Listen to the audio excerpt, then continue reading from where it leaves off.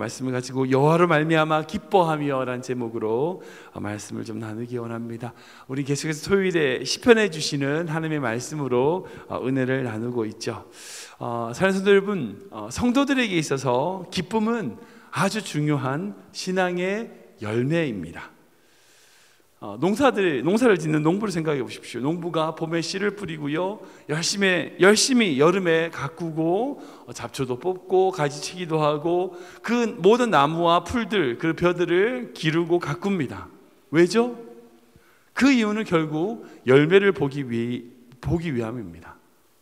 우리 신앙도 마찬가지입니다. 우리가 살아가는 모든 삶, 우리가 신앙의 생활하면서 수고하고 열심으로 섬기고 그리고 하는 모든 일들에 대한 목표는 결국 어찌 보면 우리 삶에 하나님의 열매를 구함입니다.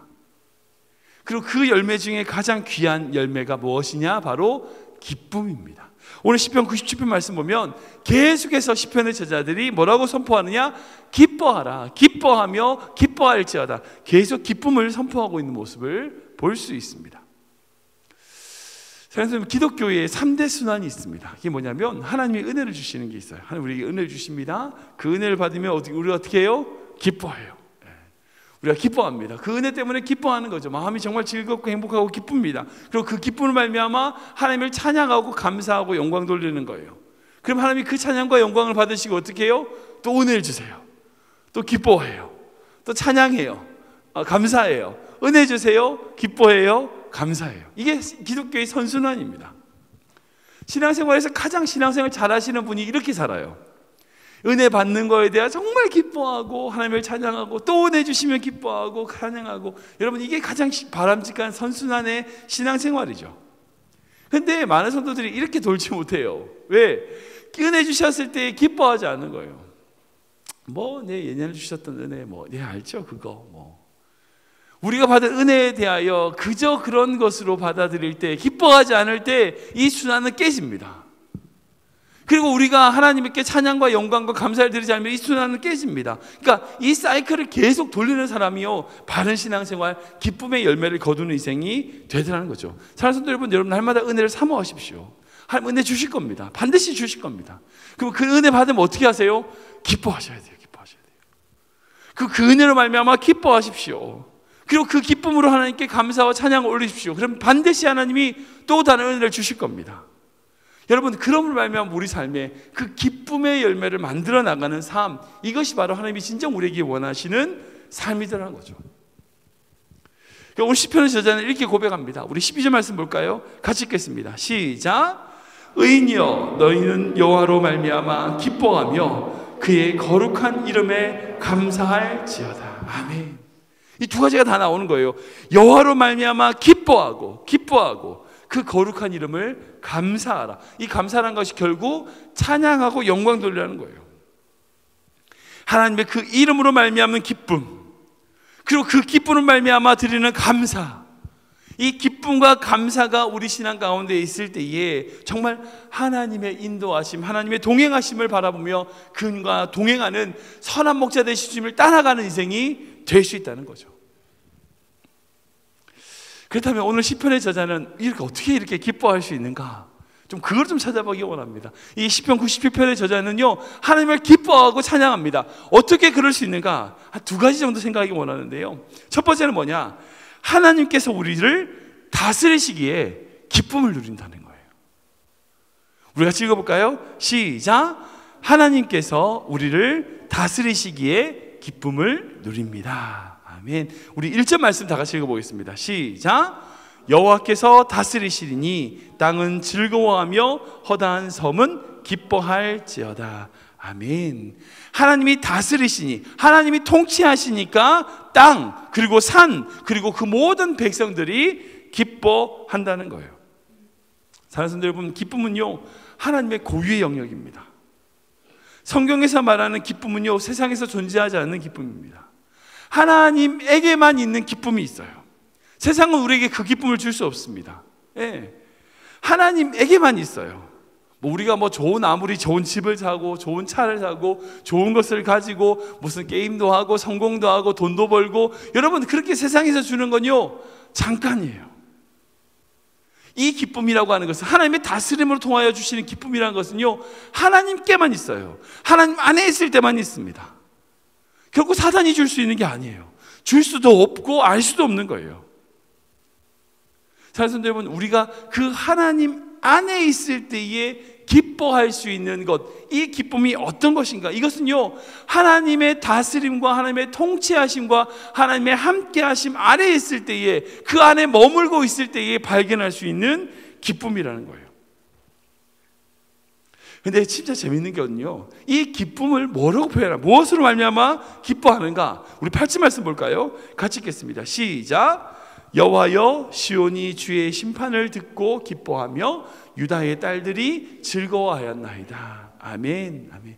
1절부터 6절까지 말씀은 하나님이 어떻게 그렇게 막 세상을 다스리는지, 뭐 흑암도 그리고 불빛도 그리고 대적들을 어떻게 비추시면서 이렇게 다스린다라고 하나님의 다스림에 대하여 쭉 설명하고 있는데, 8절 와서 여호와여, 시온이, 이스라엘 백성이 무엇을 듣고 기뻐하느냐? 주의 심판을 듣고 기뻐한다고 되어 있어요. 여러분, 심판은 좋은 거예요, 나쁜 거예요? 심판 받으면 좋습니까, 안 좋습니까? 심판은 좋은 거예요, 나쁜 거예요?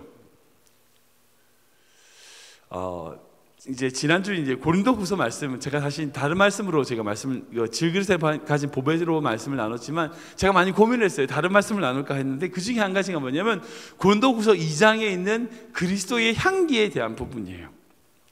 여러분, 그리스도의 향기, 하나님이 주시는 그 놀라운 향기가 어떤 사람에게는 생명의 향기가 되고 어떤 사람에게는 사망의 향기가 된다라고 하는 그 고린도후서의 말씀을 가지고 제가 나누려고 생각을 했었는데, 이제 다른 말씀 나누죠. 아무튼 그 말씀을 한번 생각해 보기 원합니다.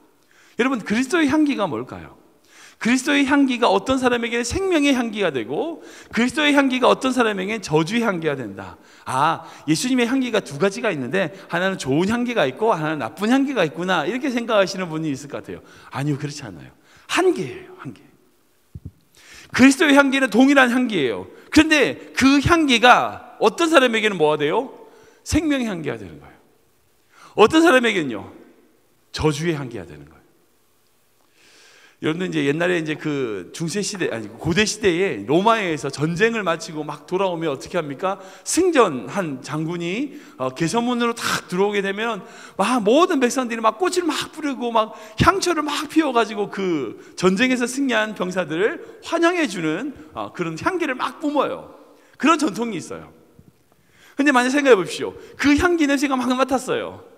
전쟁에 승리한 사람이 그 당당한 어깨를 들고 걸어 들어오고 있는 군사라면 그 향기는 뭐예요? 정말 기쁨의 향기죠. 근데 만약 그 전쟁에서 패전해가지고 그 전쟁에서 승리한 사람들에게 못 끌려오는 포로가 있다면 그 냄새는 뭘까요? 죽음의 냄새예요. 즉, 예수님의 향기라고 하는 이 향기는요, 모든 사람에게 동일해요. 즉, 모든 사람에게 동일한 이 예수 그리스도의 향기가, 예수 그리스도의 사랑과 은혜가 어떤 사람에게 생명이 되고 어떤 사람에게 능력이 돼요. 그런데 예수님의 사랑을 거부하고 예수님의 사랑을 떠난 자들에게는요, 심판이 되는 거고 저주가 되는 거예요. 마찬가지예요. 예수님의 하나님의 심판, 여러분, 하나님의 심판은요, 가치 중립적이에요. 좋고 나쁘지 않아요. 어떤 사람에게는요, 심판은 너무 좋은 거예요. 왜? 내가 하나님을 위하여 그렇게 수고하고 헌신한 것에 대한 하나님의 갚으심이니까. 하나님께서 너 정말 수고 많았다, 너 정말 이렇게 많이 고생했구나라고 하나님이 칭찬해 주시는 시간이 그 심판의 시간이니까. 여러분, 그 심판의 시간을 기뻐할 수 있는 거예요, 어떤 사람은. 근데 어떤 사람은요, 그 심판을 두려워해요.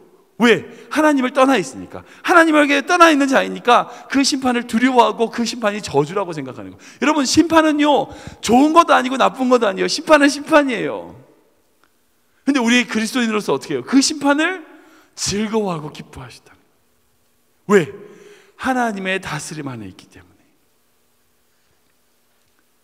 오늘 8절에 이 말씀에 바로 시온이 하나님의 심판을 기뻐한다는 말씀이에요. 그 말씀이에요. 하나님의 다스림 안에 있을 때에, 하나님의 그 통치 안에 있을 때에, 하나님의 동행하심과 하나님의 붙드심 안에 우리가 신앙생활로 살아가면요, 하나님, 여러분, 사랑하는 성도 여러분, 하나님의 심판을 기대하실 거예요. 마라나타 주 예수여 다시 없어서라고 주의 심판을 바라볼 수 있는 성도가 된다는 거예요. 두 번째로 기뻐하시는 이유는 뭔가? 하나님께서 우리를 보호하시고 공급하시기에 기쁨을 누릴 수 있다는 거예요. 우리 같이 읽어볼까요? 시작. 하나님께서 우리를 보호하시고 공급하시기에 기쁨을 누립니다. 아멘. 우리 11절 말씀 볼까요? 같이 읽겠습니다. 시작. 의인을 위하여 빛을 뿌리고 마음이 정직한 자를 위하여 기쁨을 뿌리시는도다. 아멘. 이 말씀이 참 되게 멋있는 말씀이죠. 의인을 위하여 막 빛을 막 뿌리시고 정직한 자들을 위하여 기쁨을 막 뿌리시는 주님. 사랑하는 선생님, 제가 이 말씀 묵상하면서 하나님은요, 사실 오늘 제가 깜짝 놀란, 오늘 새벽에 여러분들 눈 오신 거 보셨죠? 5월 9일인데 눈이 왔어요. 하늘에서 막 눈이 내렸어요. 참 그거 보면서도 야, 그러면 참 특별하다. 제가 5월 달에 눈을 맞아보는 것도 처음인 것 같아요. 아무튼 예, 하나님께서 비를 내리시거나 햇빛을 내릴 때 어떤 사람에게 착한 사람에게만 내리고 아닌 사람에게는 안 내리시고 뭐 이러시는 분인가요? 아니요, 하나님은 동일한 분이세요. 하나님은요, 우리를 위하여, 하나님의 사랑 안에 있는 모든 자들, 아니 이 세상에 있는 모든 자들을 위하여 기쁨을 누릴 수 있도록 기쁨을 뿌리세요. 마치 가나안 땅에 들어가기 위하여 광야에서 헤매고 있던 이스라엘 백성에게 하나님이 만나를 내리셨던 것처럼,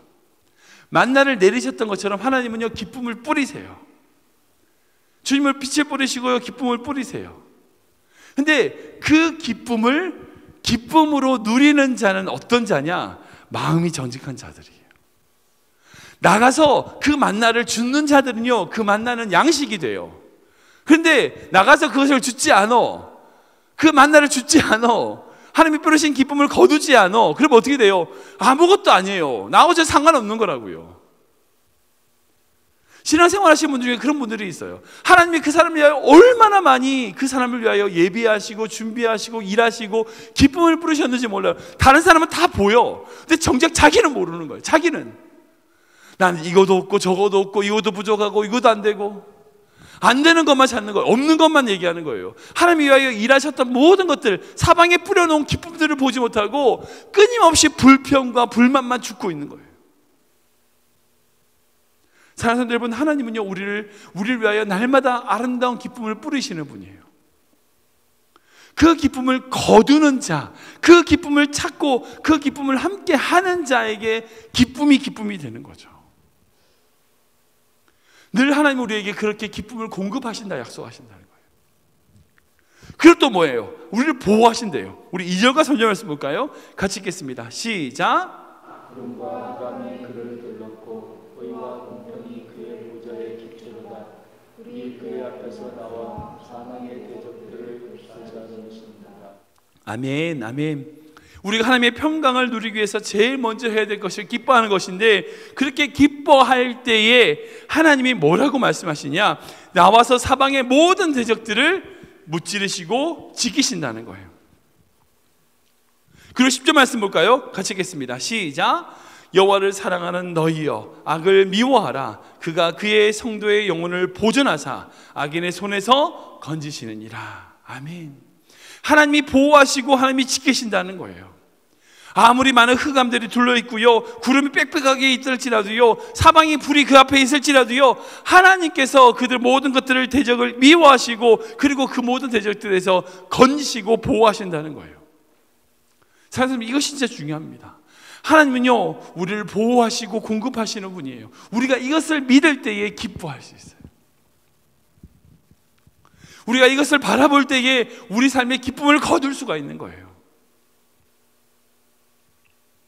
말씀을 정리하면 그렇습니다. 사랑하는 여러분, 이 세상에 어려움 없는 사람 있을까요? 없을까요? 없습니다. 절대 없습니다. 어느 누구든지 다 있어요. 5살짜리 꼬마애들, 여러분들 정말 뭐 아무것도 없고 천진난만하게 진짜 아무 걱정 없이 사는 것 같죠? 아니요. 들어보세요. 그 5살짜리 꼬마애도요 고민이 있어요. 고민이 있어요. 5살짜리 꼬마도 그렇고 돌아가시는 그 90세 할머니 할아버지도 마찬가지예요. 모든 인생은요 다 고민이 있고 어려움이 있고 문제가 있고 고통이에요. 여러분, 그것이 인생입니다. 근데 그 고통과 힘들과 어려움 삶 속에서 기쁨을 거두는 인생이 있고, 그 기쁨의 열매를 거두는 성도들이 있고, 아니면 그냥 그 삶을 그냥 고통 속에서 살아가는 성도들이 있더라고요. 그 차이가 뭔가? 두 가지입니다. 결국은 하나님의 다스림 안에 있는가, 하나님의 보호하심과 궁금하심을 믿는가. 여러분, 이 두 가지입니다. 우리가 이것을 믿고 바라볼 때요, 이 속에서 어떤 고난과 어려움 속에서 하나님을 기뻐하고 찬양할 수 있습니다. 코로나19로 말미암아 이제 어제 정한승 목사님 우리 한빛 예배 때 간증하셨는데, 하나님이 이것을 통하여 교회가 귀한 걸 깨닫게 하셨다고 얘기하시더라고요. 그거 맞아요.